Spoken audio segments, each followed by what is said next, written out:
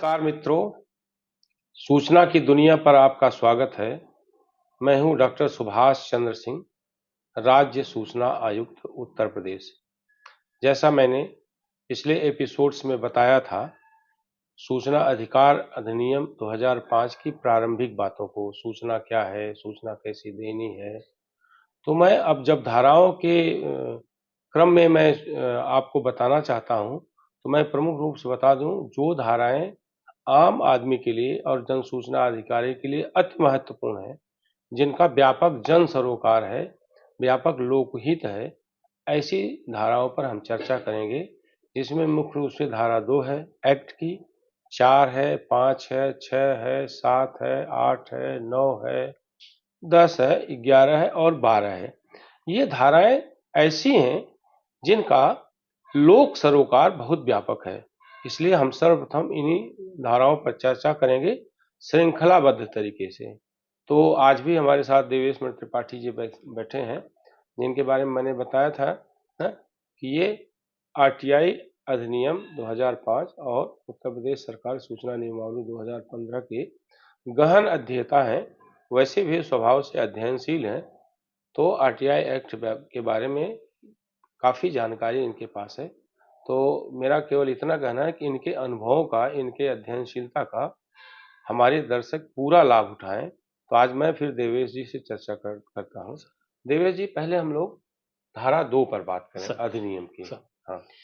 हाँ, सही है सर। सबसे बड़ी इम्पोर्टेंट है कि जब हम शुरुआत करते हैं अधिनियम की, तो धारा 2 इम्पोर्टेंट हो जाता है। वैसे धारा 2 की बात करें, इसमें 13 सब सेक्शन है, और अगर उस सेक्शनों के भी उप सेक्शन में हम जाएं तो मिला के 27 इसको खंड में विभाजित किया गया, जिसमें सूचना और सारी का विवरण दिया गया है, सूचना आयुक्त और सभी का। लेकिन इसमें से आम जनता जो नागरिक हैं, या अगर हम कहें जन सूचना अधिकारियों के लिए 4 धाराएं, उपधाराएं सबसे महत्वपूर्ण है। जैसे 2 का च देखा जाए, 2 का झ देखा जाए, इस प्रकार से जो सबसे महत्वपूर्ण है, जिसमें इसका वर्गीकरण किया गया। जो 2 का ग की अगर हम बात करें, तो इसमें सर एक चीज स्पष्ट करना चाहेंगे, जन सूचना अधिकारी और लोक अधिकारी ये 2 अलग अलग शब्द हैं, जहां एक थोड़ा सा लोग कंफ्यूज कर जाते हैं। और इस धारा में इसका इस मतलब उसने वर्गीकरण और सारा व्यवस्था बताया गया है। तो ये जन सूचना अधिकारी और लोक अधिकारी, इन दोनों का अंतर और इनका डिफरेंशिएशन आप दर्शकों को मैं बिल्कुल बताना चाहूंगा, जिसमें इसमें स्पष्ट कहा गया है कि लोक प्राधिकारी 2 जय में कहा गया है, और उसका विशेष लोक प्राधिकारी जो विधि द्वारा स्थापित या सदन द्वारा ऐसे सभी लोक सेवक हैं जो सरकार की नीतियों, सरकार के उसका निर्वहन करते हैं और सरकार से शुरू, जैसे हमारे सभी कर्मचारी अधिकारी एक लोक प्राधिकारी हैं। लेकिन लोक जो जन सूचना अधिकारी की हम बात करें, तो जन सूचना अधिकारी इसी लोक प्राधिकारियों में से एक नामित किया जाता है, और गजट नोटिफिकेशन करके, मैं इस पे स्पष्ट करूं कि बहुत सी जगहों पे सर देखने को आता है कि एक जन सूचना अधिकारी स्वतः किसी को जन सूचना अधिकारी नामित कर देता है। ये गलत है। इसमें बाकायदे व्यवस्था दी गई है। इस पे अगले हम धाराओं में बात करेंगे, जो स्पष्ट खोलेंगे कि वह सहायक जन सूचना अधिकारी नामित कर सकते हैं। जन सूचना अधिकारी नामित करने के लिए विभागाध्यक्ष को पावर होता है, और वह गजट नोटिफिकेशन के माध्यम से ऐसे व्यक्ति को जो कार्यालय में वरिष्ठ हो, जिसका अधिकारी ऐसा हो जिसका अन्य अधिकारियों पे, कर्मचारियों पर आधिपत्य हो, जिससे सूचनाओं के प्रवाह में बाधा उत्पन्न ना हो सके। तो हम जैसे बात किए सबसे पहले 2 ग की, जो लोक सूचना अधिकारी की बात की गई।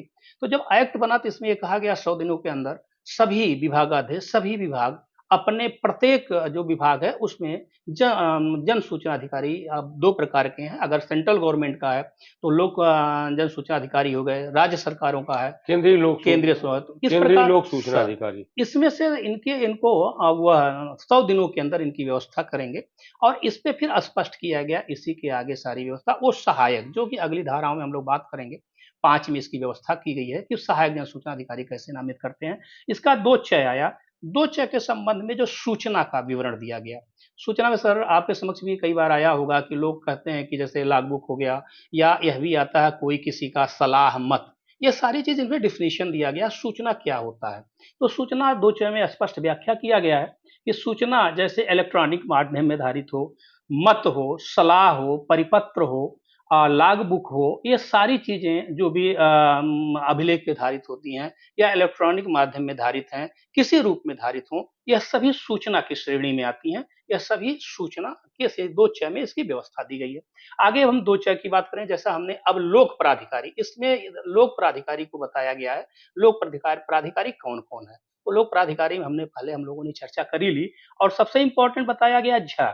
अगर हम झ की बात करें, जो 2 झ, जो 4 पे हम इसलिए बात कर सकते हैं सर, क्योंकि यह आवेदक के लिए भी इम्पोर्टेंट है और यह अगर देखें जन सूचना अधिकारियों के लिए भी इम्पोर्टेंट है और अगर हम कहें देश के प्रत्येक नागरिकों के लिए जानना जरूरी है। अभिलेख के संबंध में बाकायदे इसका विवरण दिया गया। अभिलेख किसको हम कहते हैं? अभिलेख के संबंध में बताया गया है जो कागजों पे रक्षित हो, कागजों पे कोई सूचना धारित हो, इलेक्ट्रॉनिक माध्यम में कोई सूचना धारित हो, कंप्यूटर के माध्यम से कोई सूचना धारित हो, ईमेल हो या किसी 2 अधिकारियों के बीच की गई शासकीय वार्ता हो ईमेल के माध्यम से, किसी माध्यम से, यह सभी अभिलेख की श्रेणी में आते हैं। अच्छा, इसमें बस हम हस्तक्षेप करेंगे, सर, जैसे आपने कहा 2 अधिकारियों के बीच वार्ता हो ईमेल के माध्यम से। सर, कभी-कभी 2 अधिकारियों के बीच जो है, जो चर्चा पत्रावली पर होती है, सर, जिसको सामान्य रूप से नोट शीट कहा जाता है, सर, नोट शीट की डिमांड करते हैं। सर, तो क्या यह इस परिधि में आएगी जिस चर्चा को हम आगे बढ़ा रहे सर, हैं? मैं इसमें बिल्कुल, नोट शीट एक सरकारी प्रपत्र है और नोट शीट कोई ऐसा प्रपत्र नहीं है जो न दिया जा सके। इसमें माननीय सर्वोच्च न्यायालय में मामला भी गया।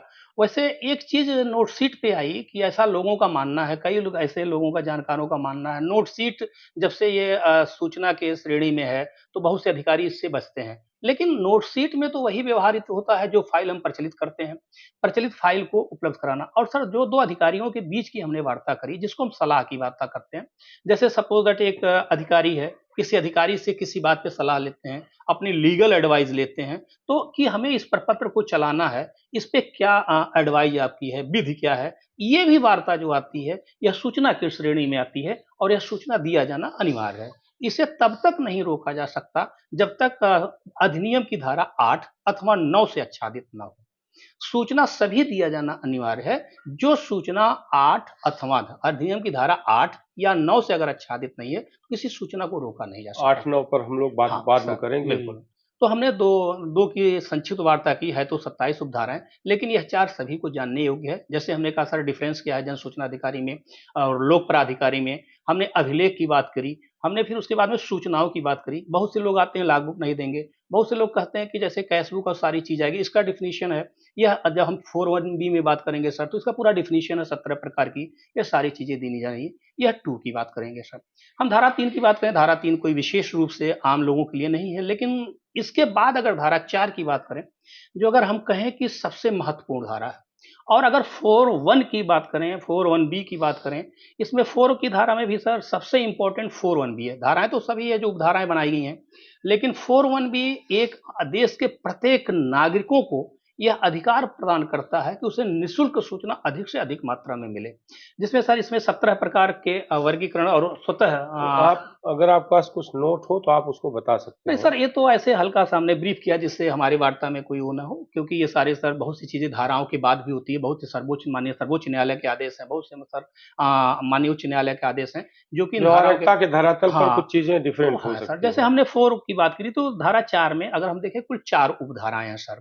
तो धारा 4(1) की बात करते हैं, जो सबसे पहले 4(1) है, प्रत्येक लोक प्राधिकारी के संबंध में है कि वह कैसे अभिलेख रखे। और सर मैं स्पष्ट करना चाहता हूँ, माननीय सर्वोच्च न्यायालय ने अभी जो आदेश दिया, शायद 16 अगस्त का उसमें आया है, अभी जल्दी आया, 1.5 महीना पहले हाँ। सर, उसमें उसने स्पष्ट खोला कि पहले ये डिफिनीशन नहीं किया गया था कि इसका क्रियान्वयन क्या आयोग कराए कि नहीं। आयोग का तो था कि रिपोर्ट सारी चीज देगा, लेकिन माननीय सर्वोच्च न्यायालय ने यह स्पष्ट आदेश में कहा कि प्रत्येक राज्य सूचना आयुक्त महोदय का यह दायित्व है कि यह 4(1)B का कंप्लायंस कराएं, जिससे आवेदकों को आवेदन कम लगाना पड़े। तो हमने यही कहा कि उसमें 4(1)A की अगर हम बात करते हैं, तो सबसे इंपॉर्टेंट है कि प्रत्येक जो लोक प्राधिकारी हैं सर, जन सूचना अधिकारी नहीं, लोक प्राधिकारी और लोक प्राधिकरण, यह सबसे पहले व्यवस्था करें कि जितनी सूचनाएं उनके कार्यालय में धारित है उसको कर्मणिकाबद्ध करें, उसकी विषय सूची बनाएं और किसके पास धारित है पूरा उसका एक व्यापक रूप से परिपत्र बनाएं, ताकि जन सूचना अधिकारी सूचनाओं को अच्छे से डिलीवर कर सके। संकलन करने में, और संकलन में हम बात आएंगे सर, संकलन एक बहुत विस्तृत है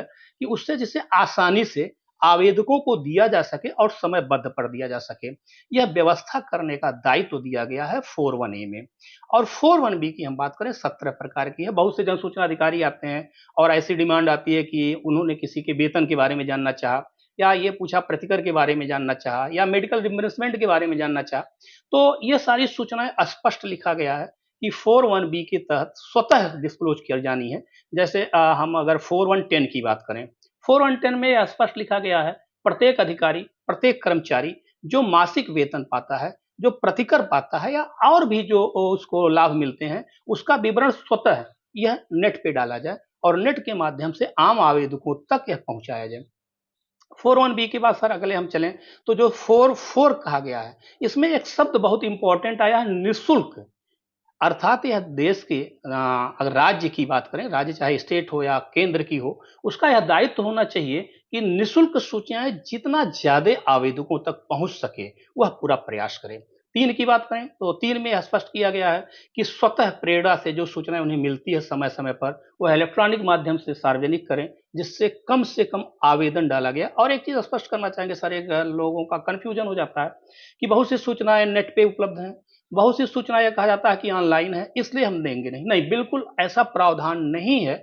यह जो नेट पे रखी गई है, अभी केरला उच्च न्यायालय का आदेश आया था, अभी माननीय सर्वोच्च न्यायालय का आदेश आया कि बहुत से आदेश ऐसे होते हैं जिसको हम कूट रचना कर सकते हैं नेट के माध्यम से। तो अगर कोई व्यक्ति सूचनाओं की सर्टिफाइड कॉपी चाहता है तो भले नेट पे उपलब्ध है, वह देना अनिवार्य है उसका शुल्क लेके।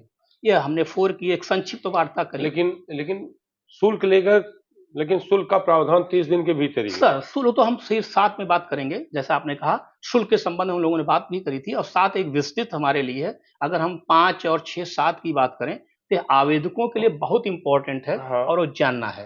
तो हमने 4 की एक संक्षिप्त वार्ता रखी। 4(1)B हमारा सबसे इंपॉर्टेंट था कि 4(1)B के बारे में बताएं। इसमें 17 प्रकार के क्लास बनाए गए हैं। कौन कौन सी सूचनाएं स्वतः प्रेरणा से प्रत्येक लोक प्राधिकारियों को ऑनलाइन करनी है। और उसमें एक शब्द जो हमने 4(4) की बात करी सर, कि निःशुल्क शब्द आया। अर्थात यह सरकार का दायित्व होना चाहिए कि अपने जो देश के नागरिक हैं उनको ज्यादा से ज्यादा सूचनाएं उनके पहुंच तक हो, इसलिए वह पूरी व्यवस्था करें। परंतु अभी तक देखने को आया, स्थितियां आज है कि इतने वर्ष 2005 से इतने व्यतीत हो गए, लेकिन आज भी लगभग 80% सूचना अगर हम देखें, अभी भी इसका कंप्लायंस नहीं हो सका है, जिसका होना चाहिए। और मुझे लगता है अगर ये कंप्लायंस हो जाए सर, डिजिटल प्लेटफॉर्म में नहीं आया है बिल्कुल। अभी। जैसे सर हमें अगर किसी कार्यालय के चाहिए, और जैसे हम एक सूचना मांगते हैं, मैं इसे थोड़ा-सा इसको स्पष्ट कर दूँ कि हम सूचना मांगते हैं कि आप 1 वर्ष में जो व्यय किए, हमें व्यय विवरण दीजिए। लेकिन हो सकता है कि हमें पार्टिक्युलर अगर कोई चीज़ जानना है, जैसे हमने देखा कि अभी एक मामला आया था, सर हम तो आपकी कोर्ट में सुनवाई में बैठे थे, कहा कि 8,000 का एक डस्टबिन खरीदा गया, 9,000 का एक डस्टबिन खरीदा गया, जबकि एक डस्टबिन की कीमत अमूमन अगर 1,000-1,200 देखें, तो अगर वो नेट में मुझे सूचना मिल रही है, तो हम पूरे वर्ष का सूचना न माँग के सिर्फ उस डस्टबिन की सूचना माँगेंगे, जो मुझे रिक्वायर है, जो मुझे चाहिए। इससे दोनों फ़ायदा होगा कि मुझे एक तो लोक प्राधिकारियों पे, जन सूचना अधिकारियों पे दबाव कम होगा, और दूसरी चीज़ हमें अगर अतिरिक्त शुल्क देना है, हम उससे बचेंगे। आप इस YouTube चैनल को लाइक करिए, सब्सक्राइब करिए, कमेंट करिए और शेयर ज़रूर करिए।